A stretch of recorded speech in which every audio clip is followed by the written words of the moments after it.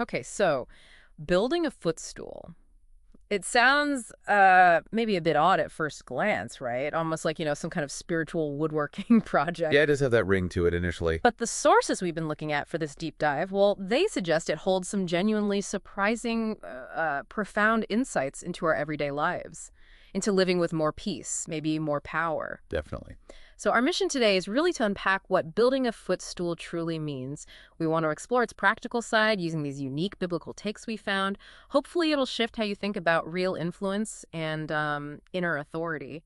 It's a fascinating journey, honestly. It gets into concepts like dominion, yeah, authority, but also transformation. It's Yeah. deeper than it sounds. I think you'll be surprised. Okay, let's dive in then. Unpack this. Where does this phrase footstool actually come from in these texts? What's the basic idea? Well, you find it scattered across both the Old and New Testaments, about 16 times, I think.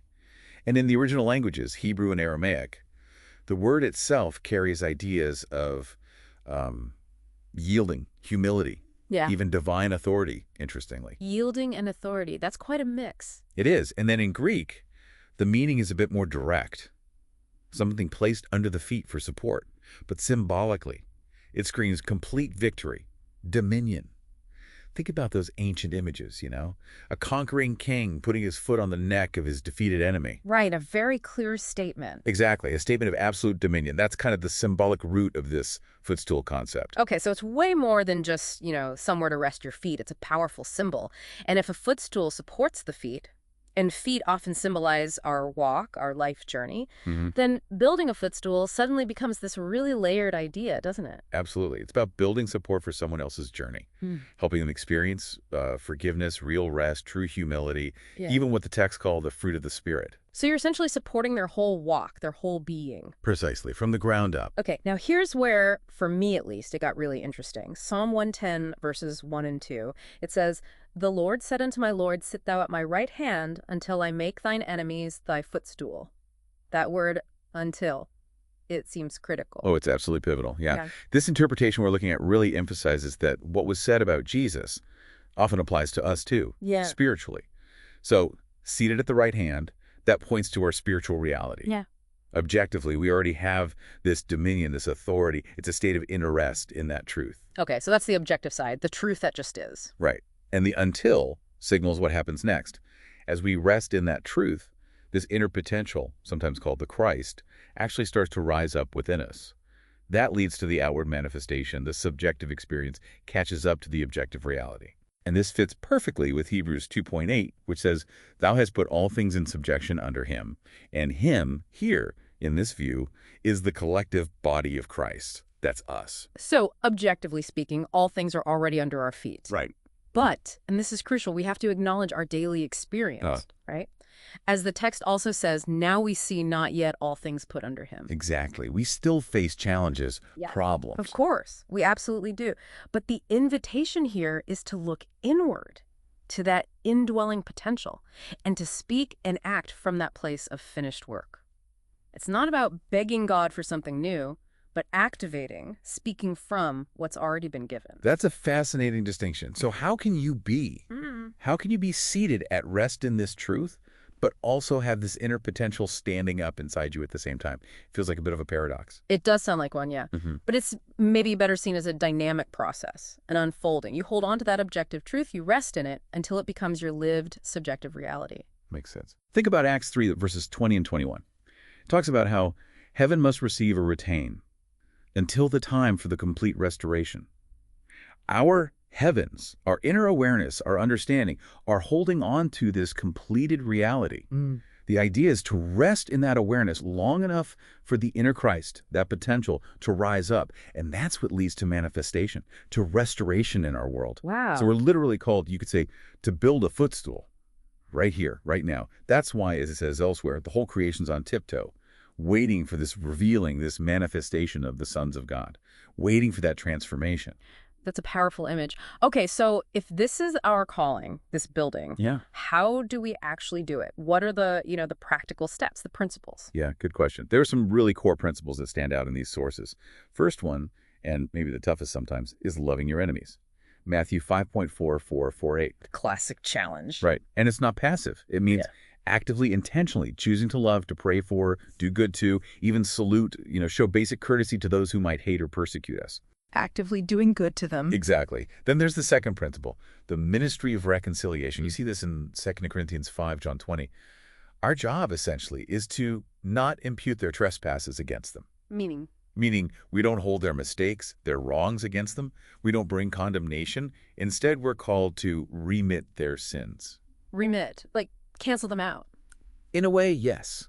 Through our words, our actions, our teaching, our whole attitude. Think about Jesus on the cross, Father, forgive them. Or Stephen, while being stoned, saying, Lord, don't hold this sin against them.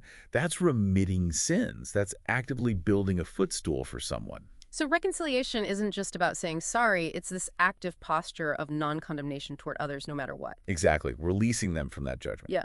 Which leads kind of naturally to the third point, which is a relook at binding and loosing from Matthew 16. Okay, I think most people associate that with spiritual warfare. Right, that's the common take. Yeah. But here, the interpretation digs into the word bind. One meaning is to tie together. So the idea isn't fighting demons, but tying heaven and earth together within our understanding, realizing they're objectively one spiritual reality. Which lets them become subjectively one in our experience. You got it. It's about resting in that unity, letting that inner wisdom rise up and speak words of spirit, words of life, not words of warfare. Interesting shift. And the final piece is yielding. 1 Corinthians 15.28. Just like the divine work through Jesus, this interpretation says that this Christ consciousness, this potential, works through us. But, and it's a big but, it depends on us yielding, giving way. Yielding what? Exactly. Yielding our own limited intellect, our human reasoning, our logic, even what our senses tell us, our emotions. Yielding all that to the deeper inner truth, letting that lead. That idea of yielding, of letting go, connects to another meaning of footstool you found, right? Something surprising. It really does, yeah. It turns out one of the meanings of the Hebrew word used for footstool, it can also mean to disregard. Disregard. Like ignore. Not exactly ignore, like denial. Challenges are real. Temptations are real. This isn't about pretending they don't exist. It means disregarding their power. Disregarding that they have any authority whatsoever to reign in our lives. You simply don't give the challenge power over your inner state. Wow. Okay, that's a huge shift in perspective. Disregard the power of the problem. Can you give an example of that? Absolutely. The classic one from these sources is the story of the 3 Hebrew boys in Daniel. Shadrach, Meshach, Abednego. Right, the fiery furnace. Exactly. Thrown into a furnace heated 7 times hotter. Insane heat. But the text implies they gave no power to the fire. They didn't panic. They didn't empower the flames with fear. And what happens? Nebuchadnezzar looks in and sees a 4th man. Interpreted here as that divine presence, that Christ within them, standing up in the furnace with them. Ah, so their inner rest, their seated position of not empowering the fire, led to the outward manifestation, the standing up of that divine presence, preserving them. They rose to the occasion by disregarding the power of the furnace. Not by fighting it, but by resting within. That's a powerful illustration. Okay, so these are the principles. Let's talk about some people, maybe some architects of the footstool, who really lived this out. Yeah, there are some great examples highlighted in the material. Job is a big one. After everything he went through. Everything. Lost his family, his wealth, covered in boils, getting terrible advice from his friends, even his wife telling him to curse God and die. It's awful. Awful. Yet, he ultimately built a footstool. How? The turning point, according to these sources, came when he prayed for his friends, the very ones who've been judging and criticizing him. He prayed for them. He did. And the text says right after that, his captivity was turned, everything reversed. And he didn't just get back what he lost, he got double, even in some ways 7 times more. His act of non-condemnation, of love for his critics, literally built the footstool that turned his life around. Incredible. Who else? Esther. Her story is seen as this rich allegory in this context. Right. Her calling, remember, was, for such a time as this, to save her people from Haman, who, in this view, represents that kind of rigid, condemning religious mindset, almost like spiritual warfare mentality. Right. Haman wanted to destroy them. Exactly. And there's a contrast drawn with Queen Vashti, who represents maybe the old established religion, too busy, too self-involved, and she loses her place. Esther represents this awakened Christ mind, you might say, the Melchizedek priesthood idea. So Esther is the new way, the awakened way. Right. And her purification process is really symbolic here. It's described as this intense inner work, 6 months with oil of myrrh. Myrrh. That's often associated with death or burial, isn't it? It is. So it symbolizes maybe deconstruction, tearing down old beliefs, exposing the lies we've bought into, especially from maybe your religious background. And then that's followed by 6 months of sweet spices, symbolizing resurrection, new life, the discovery of real spiritual truth within. Like shedding the old and embracing the new. Exactly. Yeah. There's even a description of the ritual itself. Women crouching naked over coals, covered like little tents, tabernacles, absorbing these fragrances, shedding toxins, shedding lies, emerging with what Paul calls the sweet fragrance of Christ, a total transformation. That's quite a picture. Then comes her yielding. Remember, it was illegal, punishable by death, to just walk up to the king. Right, a huge risk. Huge. But Esther says, if I perish, I perish. She yields her logic, her fear, her very life to this higher purpose. Total surrender. Total surrender. And then you see the sitting and standing. She puts on her royal apparel, symbolizing clothing herself in this awakened consciousness, and she stands before the king. But she could only stand there because she had first sat or rested in her inner authority. Ah, the rest comes first. Yes. And because she did, the king extends the golden scepter, divine favor, authority recognized. So what's the takeaway for us from Esther's story? The implication is huge. We are meant to be like Esther. We, as this remnant embracing this understanding, are supposed to extend our golden scepter to the world. It means lifting the earth realm, our collective human experience up to our heaven, our realized spiritual truth, swallowing up the falsehoods, the condemnation, the limitations, and giving people back their true life, their divine inheritance. That sounds like what people mean by the coming of the Lord. Exactly. But maybe not as a single guy returning on a cloud.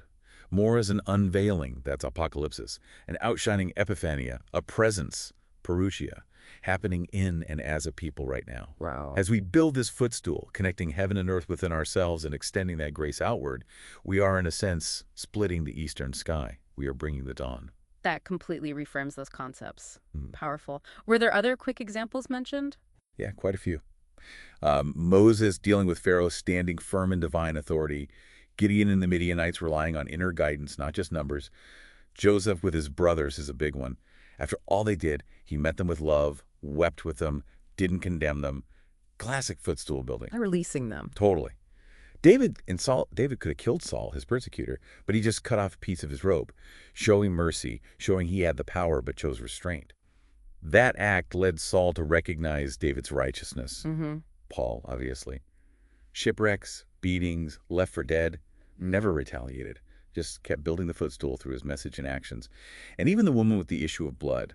The sources highlight she was a determining factor. Jesus didn't single her out initially. She said, if I could just touch his clothes, I'll be healed. Her faith, her inner knowing, her hem, which is linked linguistically to the hippocampus, the memory center. She remembered her wholeness. She reached out from that place. So her own inner state activated the healing. Exactly. She built her own footstool, in a way. Okay, so it's clear this isn't just about personal benefit. It's got this huge outward focus. And the sources connect this directly to worship. They do. Psalm 132 says, we will go into his tabernacle, worship at his footstool. And the interpretation here is clear. You are the tabernacle. You are the dwelling place of this truth. So worship isn't just singing songs. No. In this context, worship is turning within, recognizing that inner truth, and then living from the inside out. That's worshiping at the footstool, living out this principle of reconciliation and non-condemnation. And crucially, this kind of worship, this building, is primarily for others. For others. Yeah, there's a strong emphasis on the principle. What you do for others, you get.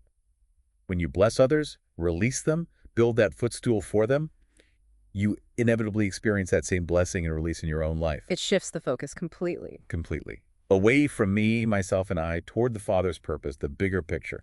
Starting inside, yes, but always flowing outward. Okay, so let's try and wrap this up. We started with this slightly strange phrase, building a footstool. And it seems to have unfolded into this really deep, yet incredibly practical kind of blueprint for living, doesn't it? It really does. It's like a journey from understanding this objective spiritual truth that already exists to actually seeing it show up in your life, your subjective experience. Yeah.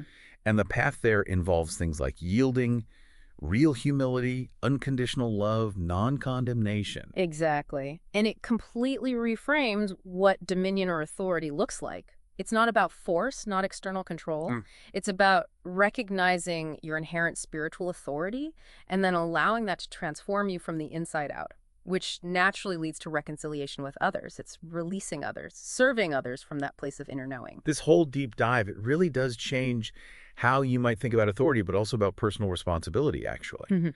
It suggests the biggest impact we have isn't necessarily trying to fix everything out there first, Right. but starting with this fundamental shift within and then letting that naturally extend outward to everyone we meet. Perfectly put. And that leads us maybe to a final thought for you, the listener. Yeah. Consider, given that this idea of disregarding doesn't mean ignoring challenges, but means actively disarming their power over you, how might practicing that, really consciously practicing that principle, transform your daily experience of obstacles? How might it shift you from that feeling of struggle to a state of inner rest where victory can actually manifest